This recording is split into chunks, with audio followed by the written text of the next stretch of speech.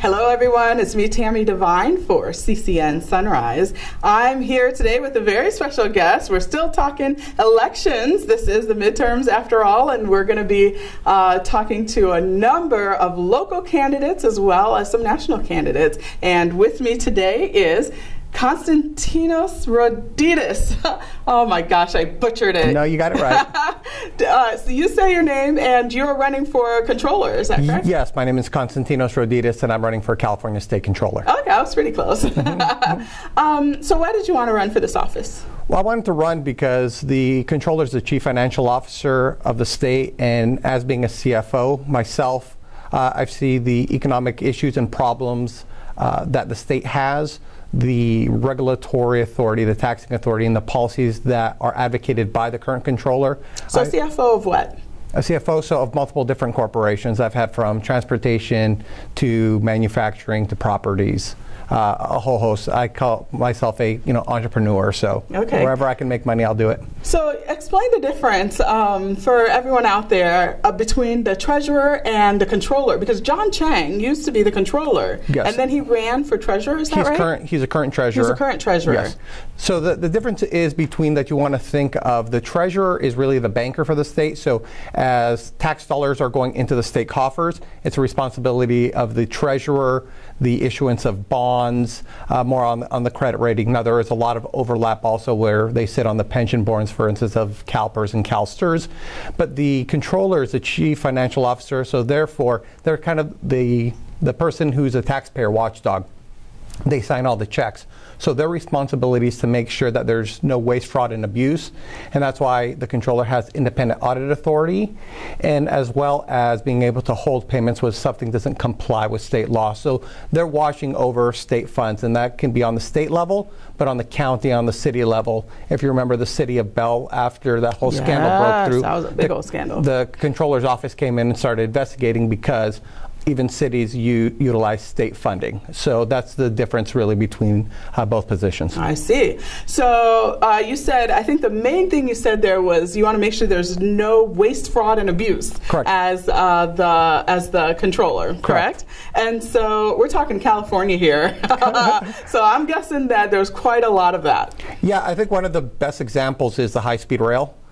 We looked at when we approved it as voters in 2008 under Prop 1A. It was supposed to be approximately $35 billion. We're supposed to only pay about a third of the entire cost of the high-speed rail. One third was from the federal government, one third from private sector. Well, federal government isn't giving any money.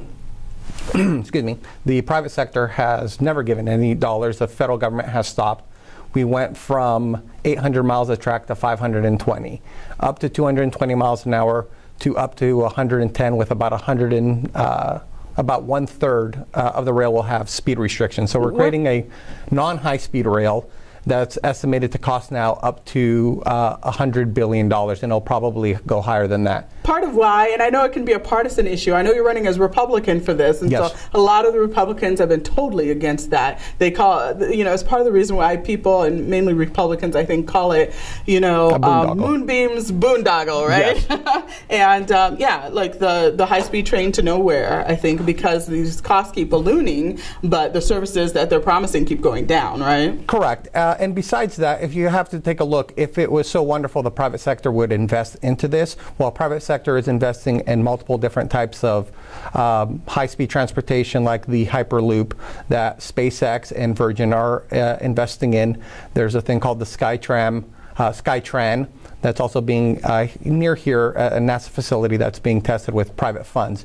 So we already know from the high-speed rail, from our own estimates, it won't even help traffic congestion by 1%.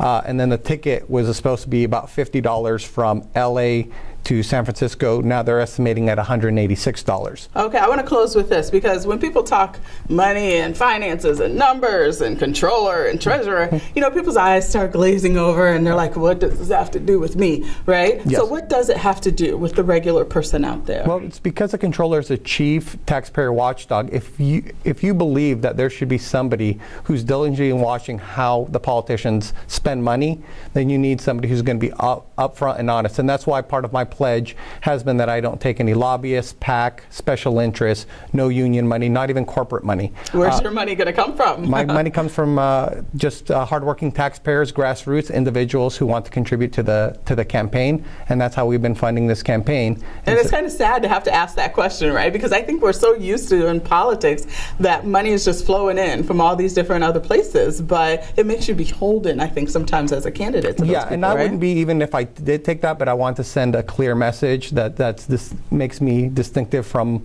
my opponent who takes that money. And Who's your opponent? My opponent is Betty Yee, the current controller. Okay, all right. So tough to unseat an incumbent. Yes, but I think we can, and we're starting to make headway. So I believe in November 7th we'll have a new controller-elect. All right, well, you've told people why they should vote for you, I think, because you'll be different there. How can they find out more about you? Well, if you want to learn more about me, Konstantinos Roditis, for controller, you can go to my website, cacontroller.com. Okay, yeah. It's probably better to have that website than your name. Sorry to say, because I think that would be tough for people. As a CEO, I understand marketing, and I know Roditis is kind of hard to spell. So what is it again? cacontroller.com. So cacontroller.com. As in California, CA. Yes. Well, your name will certainly stand out on the ballot. It'll be the longest one, I think. Yes, it will. So maybe that'll work out too. Thank you so much for talking to me today, Konstantinos. Well, thanks for having me. Very nice to meet you, and good luck to you on your race. All right. Thank you. And that's it for now here on CCN Sunrise. You heard the website. You can go and check out more from Mr. Roditis, and I will see you next time.